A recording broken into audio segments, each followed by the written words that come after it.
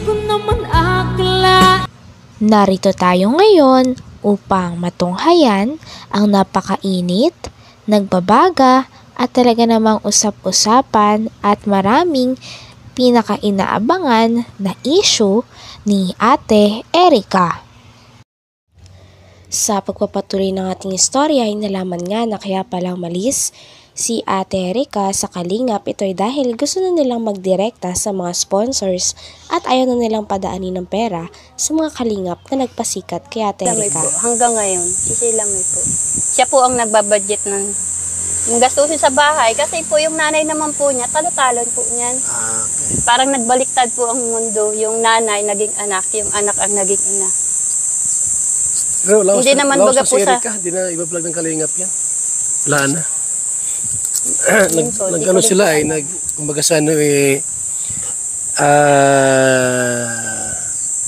kumbaga sa ano, yung nagdirekta sa sponsor. Bawal sa Kalingap yun, na magdirect sa sponsor. Paano kung ayawan siya ni Jun paano na? Kung halimbawa ay ayawan na siya.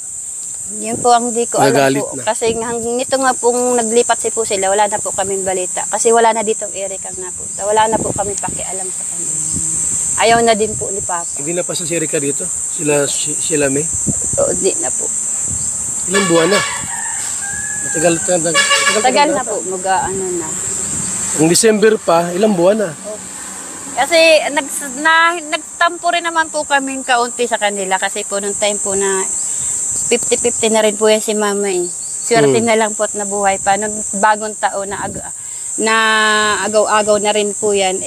Nagtampo rin po ako sa kanila kasi nakuha pa po nila kasing maghanda. Nung bagong taon magpakasaya.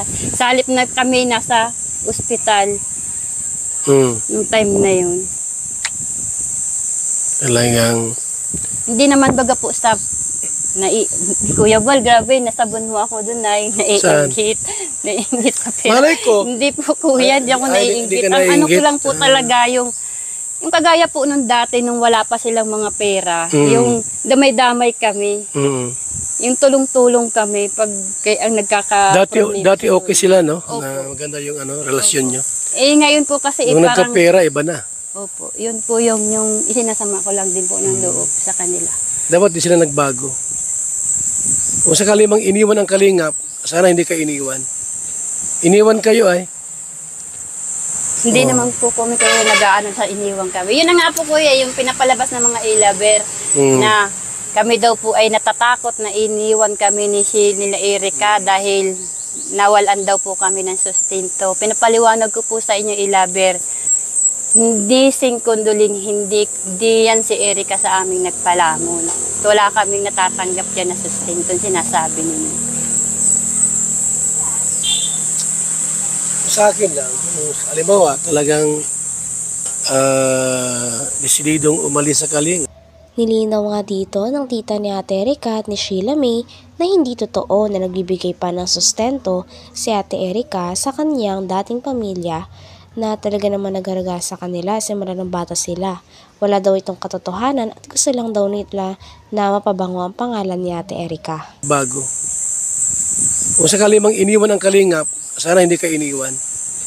Iniwan kayo Hindi naman po kami kayo nag-aano sa iniwan kami. Yun na nga po kuya, yung pinapalabas ng mga ilaber na kami daw po ay natatakot na iniwan kami nila Erica dahil nawalan daw po kami ng sustento. Pinapaliwanag ko po sa inyo ilaber.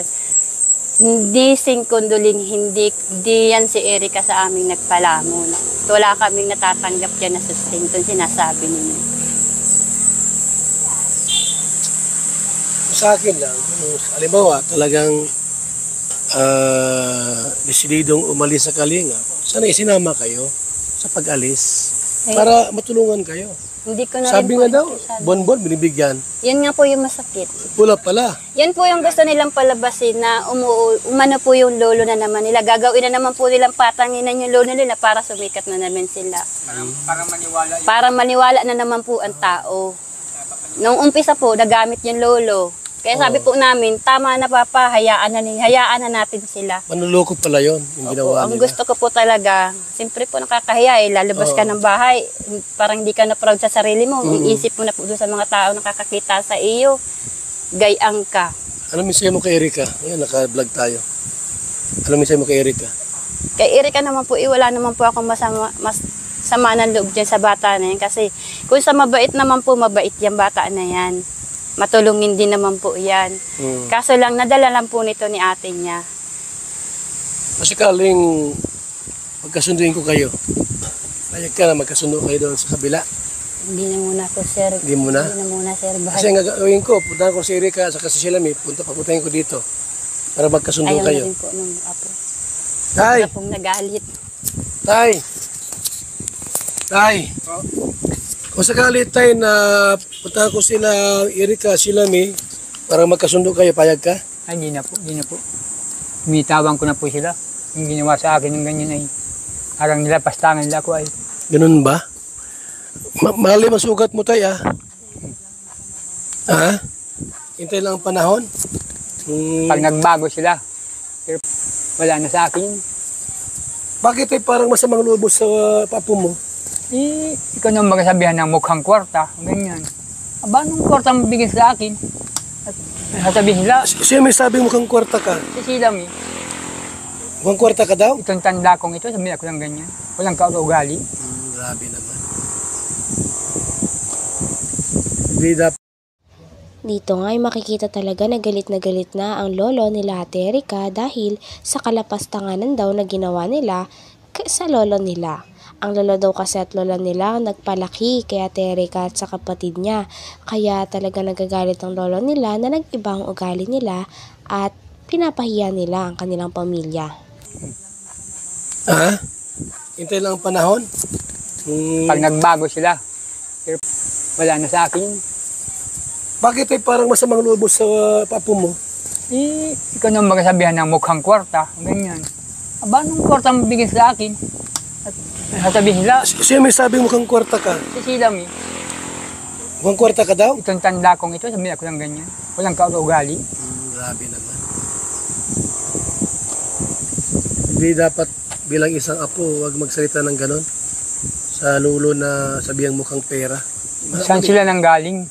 Sa amin. Nagpalaki. Kami nagparal, kami nagpalaki kanila. Wala silang utang na loob. Bakit tay, sobrang mo sa kanila, hinanakit? Dahil dyan?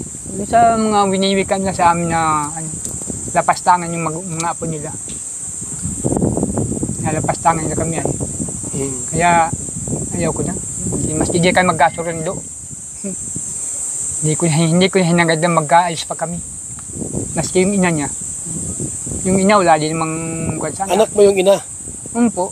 Pero bakit ayaw mong anak mo? Ay, hindi nga po marunong magpangaral sa anak. Dapat isang magulang, pangaralan yung anak niya para matuwid.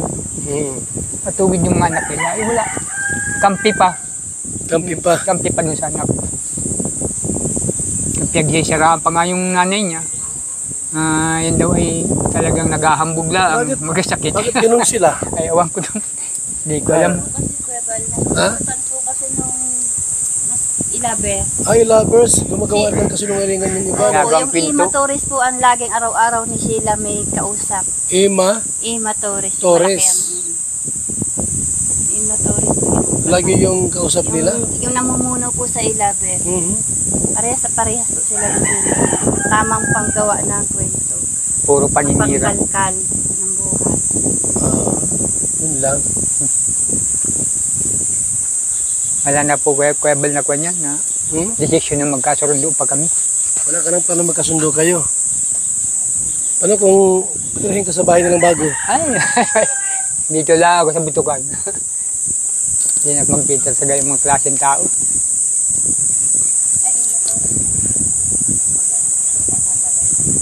Sino yung iba pangalan binanggit mo? Yung mga pala po yung Sino? malaki ang bibig. At pangalan baka nagkamali ka ng Check, ano muna kung sino yan? Para ma-check natin yung mga grupo. Hanggang dito na lamang muna ang ating napakainit, nagbabaga at talaga namang pinakausap-usapan na issue ni Ate Erica. Maraming salamat sa inyong panonood. Hanggang sa muli. Bye!